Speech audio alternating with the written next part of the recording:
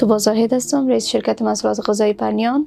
مدت 2.5 سال میشه که راه آوردیم به دنیای تجارت با گرفتن جواز ناحیه شاروالی و با شعار خوشمزه با دستپخت مادر. من فعالیت خود آغاز کردم.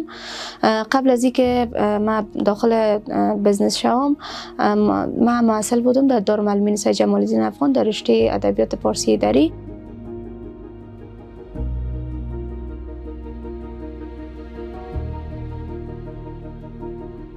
اما هنر استعدادی را که من داشتم در قسمت تولید مواد غذایی خواستم که را کم بارستر بسازم.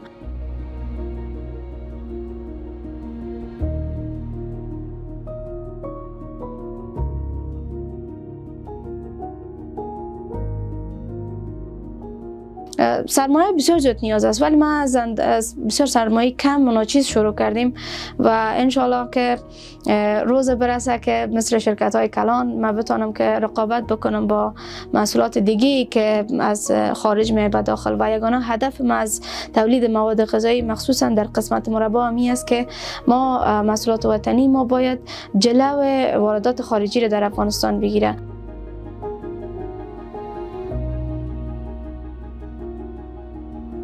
تعداد شاگردای ما در سالهای اول تقریبا 4-5 نفر بود، ولی الحمدلله را که فعلا 2.5 سال از کاروبار شرکت من میشه به تعداد 18 نفر شاگرد من دارم و در صورتی که آردر و سفارشات ما زیاد باشه تا 25 نفر هم میرسه.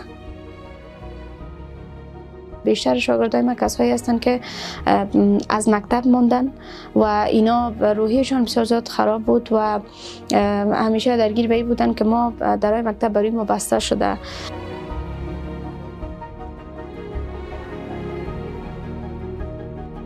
من صنف 11 بودم که از مکتب باز ماندم و حالا اینجا 2 سال میشه که استاد ما کار میکنم و بسیار خوشحال هستم. در خانه افسرده شده بودیم.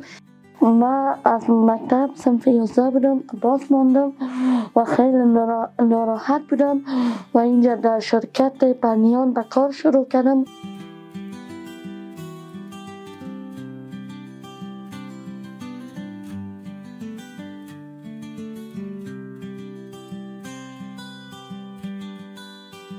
ما فعلا کار ما سنتی هست، صنعتی نیست. یعنی ما با ماشینری بسیار بزرگتر ضرورت داریم. من امسال تولید رب ما موفق شدم که ما 155 سیر بانجان رومی را بر رب تولید کردیم، ولی بسیار یک کار ثقیل بود بر ما. اگر ماشین باشه ما میتونیم که بتون ها را در یک روز یا یک هفته تولید بکنیم.